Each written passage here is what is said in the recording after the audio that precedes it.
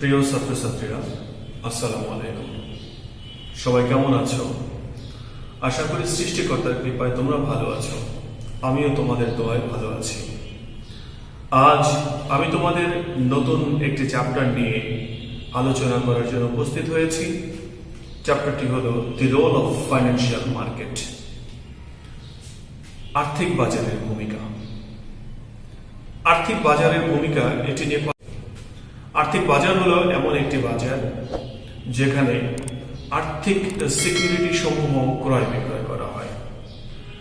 আমরা একজন বিনিয়োগকারী হিসাবে এখানে চিন্তা করব। একজন বিনিয়োগকারীকে যখন আর্থিক সিকিউরিটি সমূহ ক্রয় বিক্রয় করতে হয়, তখন অবশ্যই তাকে ব্রোকারেজ হাউসের মাধ্যমে এই শেয়ার ক্রয় বিক্রয়ের কার্যক্রম সম্পন্ন করতে হয়। প্রিয় ছাত্রছাত্রীরা, এই ব্রোকারেজ হাউসে আমরা যে অ্যাকাউন্ট করি, এই অ্যাকাউন্ট হলো দুই ধরনের। একটি হলো ক্যাশ অ্যাকাউন্ট আর একটি হলো মার্জিন অ্যাকাউন্ট। ক্যাশ অ্যাকাউন্টের বৈশিষ্ট্য হলো এই অ্যাকাউন্টের মাধ্যমে একজন বিনিয়োগকারী সম্পূর্ণই নিজের অর্থ বিনিয়োগ করবে। আর মার্জিন অ্যাকাউন্টের বৈশিষ্ট্য হলো এখানে প্রয়োজনীয় অর্থের একটি অংশ বিনিয়োগকারী তার নিজের থেকে বিনিয়োগ করবে, আর বাদবাকি অংশ ব্রোকারেজ হাউস থেকে সে লোন সুবিধা ভোগ করবে। এজন্য আমরা দুই ধরনের অ্যাকাউন্টকে পরিলক্ষিত করব। একটা হলো ক্যাশ অ্যাকাউন্ট, একটা মার্জিন অ্যাকাউন্ট। মার্জিন অ্যাকাউন্টের বৈশিষ্ট্য হলো এখানে ঋণ সুবিধা থাকবে। এই ঋণটা কোথায় পাবো? আমরা ব্রোকারেজ হাউস থেকে আমরা ঋণটা নেব। প্রিয় ছাত্রছাত্রীরা, আমি এই দি রোল অফ ফাইন্যান্সিয়াল মার্কেটের একটি অঙ্ক সমাধান করার জন্য তোমাদের সামনে উপস্থিত হয়েছি। আমি প্রথম অঙ্কটি তোমাদের সামনে উপস্থাপন করছি। অঙ্কটি হলো assume an initial margin requirements of 50%. তুমি ধরে নাও একটি বিনিয়োগ করার জন্য তোমার 50% ইনিশিয়াল মার্জিন প্রয়োজন রয়েছে। মানে এই বিনিয়োগ করতে যে টাকার দরকার, সেই প্রয়োজনীয় অর্থের 50% বিনিয়োগকারী হিসাবে তোমাকে দিতে হবে, আর বাদবাকি অংশটা ব্রোকারেজ হাউস থেকে আমরা ঋণ পাব। And a maintenance margin of 30%। Maintenance margin, যেহেতু মার্জিন অ্যাকাউন্টের মাধ্যমে এখানে বিনিয়োগ হবে, এই মেইনটেনেন্স মার্জিন বলতে বোঝানো হয় ব্রোকারেজ হাউস বিনিয়োগকারীকে একটি বিনিয়োগ সীমা, মানে বিনিয়োগকৃত অর্থের একটা মূল্য নির্ধারণ করে দেয়। কারণ শেয়ার মার্কেটে টাকা বিনিয়োগ করার পর শেয়ারের দাম বৃদ্ধি পেতে পারে, হ্রাস পেতে পারে। যদি হ্রাস পায়, এটি বিনিয়োগকারী এবং ব্রোকারেজ হাউস দুটি পক্ষের জন্যই এটি একটি ঝুঁকির কারণ। এই অবস্থায় ব্রোকারেজ হাউস ঝুঁকি মুক্ত হওয়ার জন্য বিনিয়োগকারীকে একটি মার্জিন বেঁধে দেয় যে মিনিমাম বিনিয়োগের মূল্য এত টাকা হওয়া উচিত, সেটি হলো maintenance margin. An investor buys 100 shares of a stock, one margin at টাকা 60 per share. একজন বিনিয়োগকারী 100 পিস শেয়ার ক্রয় করবে 60 টাকা করে মার্জিনের উপরে বেস করে। তো একজন বিনিয়োগকারী 100 পিস শেয়ার কিনবে, তার মানে 100 পিস শেয়ারের টাকা বিনিয়োগ করবে, এক একটি শেয়ারের দাম হলো 60 টাকা করে। The price of the stock subsequently drops to টাকা 50, কিন্তু এই শেয়ারের দাম কমে গিয়ে 50 টাকায় এসে দাঁড়ালো। তাহলে টোটাল বিষয়টা কি দাঁড়ালো? একজন বিনিয়োগকারী মার্জিনের মাধ্যমে মার্জিন সুবিধায় শেয়ারে টাকা বিনিয়োগ করবে। এই মার্জিন সুবিধায় টাকা বিনিয়োগ করার জন্য 100 পিস শেয়ার সে কেনার চিন্তা ভাবনা করলো, এক একটি শেয়ারের দাম 60 টাকা। আর এখানে বিনিয়োগকারীকে প্রাথমিক অবস্থায় নিজের পকেট থেকে দিতে হবে 50% টাকা। আর বিনিয়োগকারী এখানে নির্ধারণ করে দিয়েছে মেইনটেনেন্স বাবদ 30% মার্জিন রাখতে হবে। আর পরবর্তীতে এই শেয়ারের মূল্য কমে গিয়ে 50 টাকায় এসে দাঁড়ালো। আমাদের কাছে 4টি রিকোয়ারমেন্টস জানতে চেয়েছে। আমি এখন একটি একটি করে রিকোয়ারমেন্টস সমাধান করে তোমাদেরকে দেখাবো। প্রিয় ছাত্রছাত্রী, আমি এখন অঙ্কটি সমাধান করব। প্রিয় ছাত্রছাত্রীরা, আমি এখন অঙ্কটি সমাধান করতে যাচ্ছি। আমি একটু দেখি আমার দেওয়া আছে কি ভ্যালু অফ ইনভেস্টমেন্ট। আমাকে 100টি শেয়ারে টাকা বিনিয়োগ করতে হবে। এক একটা শেয়ারের দাম 60 টাকা, তাহলে 100টি শেয়ারের দাম 6000 টাকা। ইনিশিয়াল মার্জিনের কথা বলা হয়েছিল 50%, তার মানে বিনিয়োগের মূল্য হলো 6000 টাকা। এটি 50% বিনিয়োগকারী মানে আমাদেরকে দিতে হবে। তো ইনিশিয়াল মার্জিন অ্যামাউন্ট হলো 6000 টাকাকে 50% করে 3000 টাকা আসলো। তাহলে বিনিয়োগ করতে হবে আবার 6000 টাকা, এর মধ্যে 3000 টাকা আমরা আমাদের পকেট থেকে দিব, বাদ বাকি টাকাটা আমরা ব্রোকারেজ হাউস থেকে লোন নিব। তাহলে আমার লোনের পরিমাণটা কত? লোন অ্যামাউন্ট ইনভেস্টমেন্ট থেকে আমার ইনিশিয়াল মার্জিন আমার পকেট থেকে যেটা যাবে 6000 থেকে 3000, এটা বিয়োগ দিলে আমার লোন করতে হবে 3000 টাকা। এই 3000 টাকা আমরা লোন করব ব্রোকারেজ হাউস থেকে। এক নম্বর রিকোয়ারমেন্টসে বলেছে what is the actual margin at taka 50।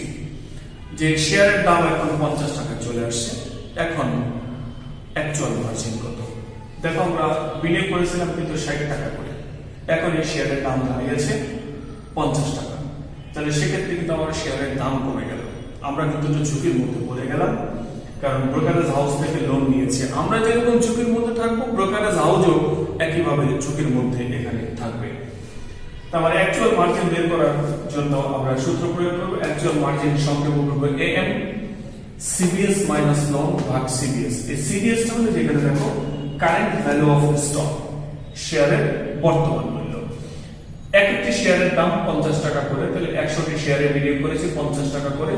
লোনের পরিমাণ এই যে আমরা 3000 টাকা বের করেছিলাম, নিচে 100টি শেয়ারের দাম 50 টাকা, তাহলে 5000 টাকা হলো আমার শেয়ারের বর্তমান বাজার মূল্য, 3000 টাকা হলো আমার লোনের পরিমাণ, বিয়োগ করে 5000 দিয়ে ভাগ করে 0.40 বা 40%। তার মানে আমার অ্যাকচুয়াল মার্জিন এখন 40% এ দাঁড়ালো। তাই আমার অ্যাকচুয়াল মার্জিন 40% হলো। এবার আসো রিকোয়ারমেন্টস নাম্বার 2। 2 নম্বর রিকোয়ারমেন্টসে বলছে the price now raises to টাকা 55, is the account restricted? এখন শেয়ারের দাম বেড়ে গিয়ে 55 টাকা হলো। is the accounts restricted? এই অ্যাকাউন্টটা কি আমরা রেস্ট্রিক্টেড মানে এটাকে আমরা রেস্ট্রিক্ট করে দেব কিনা? তাহলে আমরা কোনো সিদ্ধান্ত নেওয়ার আগে অবশ্যই আমাদেরকে অ্যাকচুয়াল মার্জিন ক্যালকুলেশন করতে হবে।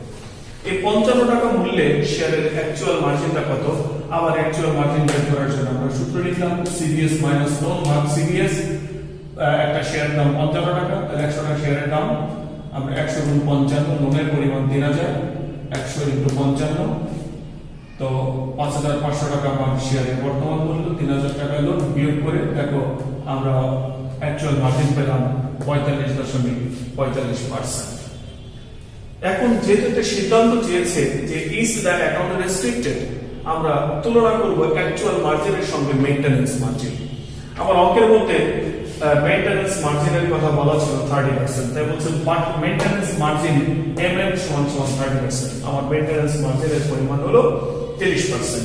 অ্যাকচুয়াল মার্জিন এর সঙ্গে মেইনটেনেন্স মার্জিন তুলনা করে আমাদেরকে সিদ্ধান্ত নিতে হবে। অ্যাকচুয়াল মার্জিন বড় হলে, যেহেতু বড় হয়েছে, দেখো আমার মেইনটেইন করতে বলছে 30%, কিন্তু আছে 45.45%। তো যা আমাকে মেইনটেইন করতে বলছে তার চেয়ে প্রকৃতপক্ষে মার্জিন আমার অনেক বেশি আছে। সেক্ষেত্রে আমার অ্যাকাউন্টটাকে রেস্ট্রিক্ট করার প্রয়োজন নেই। তাই সিদ্ধান্ত নিব so the account does not need to restricted, যে আমরা অ্যাকাউন্টটাকে রেস্ট্রিক্টেড করব না। 3 নম্বর রিকোয়ারমেন্টসে বলা হলো ইফ দ্য প্রাইস ডিক্লাইনস টু টাকা 49, এবার শেয়ারের মূল্য কমে গিয়ে 49 টাকায় দাঁড়ালো। Is there a margin call? এখানে কি কোনো মার্জিন কল হবে কিনা, মানে ব্রোকারেজ হাউস আমাকে বা বিনিয়োগকারীকে টাকা জমা দেওয়ার জন্য কোনো নোটিশ পাঠাবে কিনা? তাহলে এই যে সিদ্ধান্ত দিতে হবে, সিদ্ধান্ত দেওয়ার জন্য অবশ্যই আমাকে অ্যাকচুয়াল মার্জিন আগে ক্যালকুলেশন করতে হবে। তাহলে অ্যাকচুয়াল মার্জিন আবার বের করব 49 টাকা দামে CBS মাইনাস লোন ভাগ CBS। আমার এক একটা শেয়ারের দাম 49, 100টি শেয়ারের দাম। এবার আমরা মান বসায় পেলাম 38.78%। দেখো আমার মেইনটেনেন্স মার্জিন 30%, কিন্তু আমার অ্যাকচুয়াল মার্জিন হলো 38.78%। তাহলে মেইনটেনেন্স মার্জিন থেকে অ্যাকচুয়াল মার্জিন কিন্তু বড় হলো, তাই আমরা বললাম AM গ্রেটার দ্যান MM। তো যেহেতু অ্যাকচুয়াল মার্জিন বড় হয়েছে, তাহলে এখানে আর টাকা জমা দেওয়ার জন্য বিনিয়োগকারীকে কোনো নোটিশ দেওয়ার প্রয়োজন নেই, তাই আমরা সিদ্ধান্ত দিলাম no, there is not any margin call. এখানে মার্জিন কলের কোনো প্রয়োজন নেই। আমরা এখন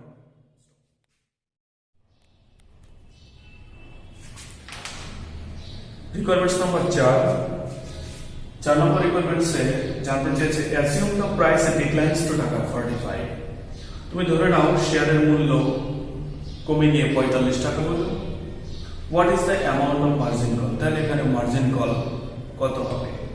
8 টাকা 35 যদি শেয়ারের মূল্য 35 টাকা হয়। তাহলে দেখো এখানে আমরা সিদ্ধান্ত নেওয়ার জন্য সর্বপ্রথম আগে অ্যাকচুয়াল মার্জিন আমরা বের করতে হবে, তাই আমরা বললাম অ্যাকচুয়াল মার্জিন 8 টাকা 45, 45 টাকা মূল্যে আমার অ্যাকচুয়াল মার্জিনটা কত? অ্যাকচুয়াল মার্জিন বের করার সূত্র আমরা লিখলাম 45 টাকা দাম বসায় আমরা ক্যালকুলেশন করে পেলাম 33.33%। দেখো আমার মেইনটেনেন্স মার্জিন ছিল 30%, অ্যাকচুয়াল মার্জিন 33.33%। তার মানে এখানে অ্যাকচুয়াল মার্জিন বেশি আছে, তাই এখানে কোনো মার্জিন কল নেই। So there is not any margin call, এখানে কোনো মার্জিন কল হবে না। এরপরে শেয়ারের প্রাইস আবার 35 টাকা এসে দাঁড়ালো। এগেইন অ্যাকচুয়াল মার্জিন 1 টাকা 35, আমার শেয়ারের মূল্য 35 টাকা এসে আসলো। এখন অ্যাকচুয়াল মার্জিন কত? আবার সূত্র লিখলাম, সূত্র লিখে 35 টাকা দিয়ে আমরা দেখলাম অ্যাকচুয়াল মার্জিনের পরিমাণ 14.29%। এখন দেখো অ্যাকচুয়ালি একটা বিষয় যে আমার অ্যাকচুয়াল মার্জিন ছিল, এখানে অ্যাকচুয়াল মার্জিন আছে 14.29% আর মেইনটেনেন্স মার্জিন হলো 30%।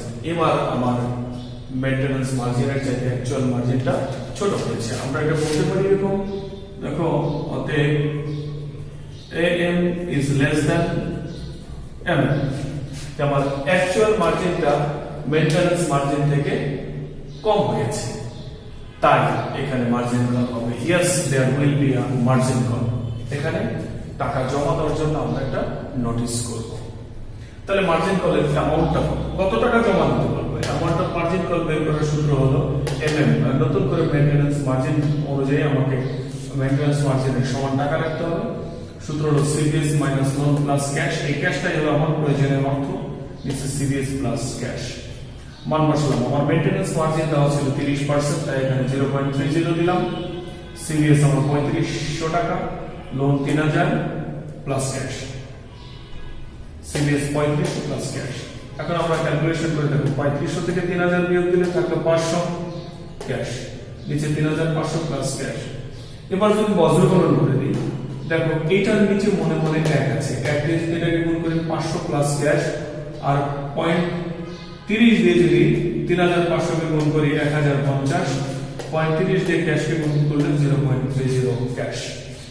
এবার আমরা একটা কাজ করব, সমাধানের নিয়ম অনুযায়ী আমরা ক্যাশগুলোকে বামে নিয়ে আসি আর সংখ্যাগুলোকে ডান পাশে নিয়ে যাই। এদিকে আমার ক্যাশ আছে আর 0.30 ক্যাশ ডান পাশ থেকে বামে আনলে এটা মাইনাস হয়ে গেল। ডান পাশে 1050 আর বাম পাশ থেকে 500 ডান পাশে নিয়ে গেলে মাইনাস হয়ে গেল।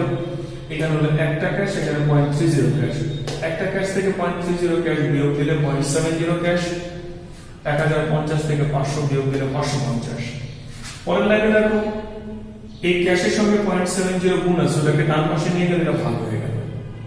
550 কে 0.70 দিয়ে ভাগ করলে পরবর্তীতে দেখো 785.71 আসলো। অতএব অ্যামাউন্ট অফ মার্জিন কল টাকা 785.71 টাকা। তোমরা অঙ্কটি ভালোভাবে দেখে অঙ্কটি তোমরা খাতায় করবে। তোমরা যেখানে বুঝতে না পারবে অবশ্যই আমাকে কমেন্টস করে জানাবে, আমি তোমাদের উত্তর দেওয়ার যথাসাধ্য চেষ্টা করব। প্রিয় ছাত্রছাত্রীরা, এটি আমাদের ঈদের আগে শেষ ক্লাস।